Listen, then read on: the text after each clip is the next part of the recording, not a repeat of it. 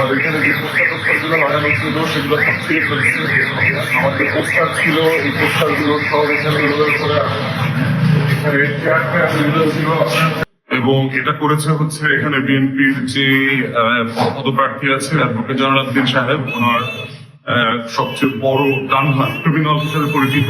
মাদকবাসী ইউনিয়নের এক সময় চেয়ারম্যান ছিল, বিএনপির আহ্বায়ক, যাকে সবাই এলাকাতে মিচকে শয়তান হিসেবে চেনে আর কি। দাড়ি টুপিওয়ালা একটা আপাদমস্ত ডিপ্লিশ শয়তান। সেই শয়তানের নেতৃত্বে এখানে 10-15টা মোটরসাইকেল নিয়ে আসছে, তারা এখানে গাড়ি রেখে তারপরে হচ্ছে এই কাজগুলো করেছে। এই কাজের জন্য বিএনপির সন্ত্রাসীরা যেমন দায়ী, ঠিক একইভাবে দায় হচ্ছে প্রশাসনের। আমার এসপি, আমার ডিসি, রেঞ্জের কমিশনার, বিএনপি কমিশনার, ওনাদের সবার সাথে গত কয়েকদিন থেকে আমি জানা কথা বলেছি। সেনাবাহিনী, যৌথ বাহিনী, র্যাব, আইন শৃঙ্খলা বাহিনী, প্রশাসনের প্রত্যেকটা ইউনিটে আমরা কথা বলেছি। কথা বলে যেটা দেখলাম যে ন্যূনতম অ্যাকশন নেওয়ার যে আগ্রহ এই ক্রিমিনালদের ব্যাপারে, তাদের মধ্যে কোনো আগ্রহ আমরা দেখি নাই।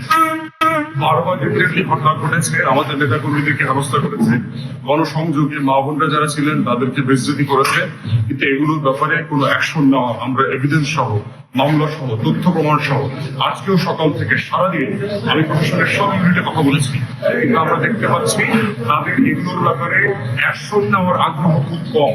তারা সারা দেশের মতো কেমন জানি বিএনপির কাছে ইতিমধ্যে সারেন্ডার করে ফেলেছে।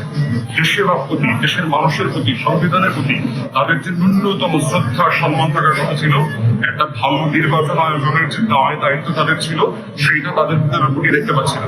গতকালকে প্রেস কনফারেন্স করে একই কনসার্ন গুলো আমি জানিয়েছি, এবং প্রেস কনফারেন্সে আমরা এটা আশঙ্কা করেছি এই ঘটনাগুলো ঘটবে। এবং এই ঘটনাগুলো যখন ঘটেছে তখন বিএনপির যে উপজেলা আহ্বায়ক, সুলতান চেয়ারম্যান, ইনি খুব কাছেই দাঁড়ানো ছিল। তাকে যারা দাঁড়ানো দেখেছে প্রত্যক্ষদর্শীরা আমাকে জানিয়েছে, এবং যারা এখানে অ্যাটাক করেছে তাদের সবার ছবি, ভিডিও আমাদের কাছে তোলা আছে। আমরা আহ্বান করব এবং আশা করব যে প্রশাসন দৃষ্টান্তমূলক ব্যবস্থা নেবেন। আমার ইউনিয়নে, আমার বাজারের কার্যালয়ে যদি এই পরিমাণ নিরাপত্তা না থাকে কালকে নির্বাচনের জন্য, তাহলে মুলাদির, দুর্গম, সফিপুর, বাটামারা, নাজিপুর, আগরপুর, কেদারপুর, বাবুগঞ্জের চাপপাশা, যেগুলো বিএনপির গুন্ডা পান্ডা দ্বারা আচ্ছন্ন, তাদের এখানে আসলে কি অবস্থা হবে? বিএনপি একটা মাতাল, মাদকগ্রস্ত সংগঠনে পরিণত হয়েছে। তার সাথে কোনো ভালো মানুষ, ভদ্র মানুষ নাই এলাকা। সব গুন্ডা পান্ডা, বদমাইশ, চাঁদাবাজ এবং মাদকাগ্রস্ত এই ক্রিমিনাল গ্যাং হচ্ছে বিএনপির পেজ এরিয়া হয়ে গেছে। আমরা বলবো, তারেক রহমানকে বলছি, যদি আপনি সত্যি দেশে নেতৃত্ব দিতে চান, মাথায় রাখবেন যে আপনাকে এই ক্রিমিনাল গুণ থেকে আপনাকে বের হয়ে আসতে হবে।